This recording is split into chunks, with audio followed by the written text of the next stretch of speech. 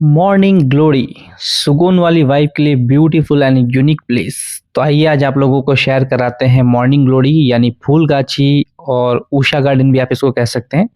Entry लेते ही आपको सबसे पहले यहाँ पे 20 रुपए का टिकट लेना होगा और टिकट लेने के बाद आप इस ब्यूटीफुल प्लेस का एंजॉय ले सकते हैं, जैसा कि मैं आप लोगों को दिखाता हूँ। तो आइए चलिए इसको एंजॉय करते हैं।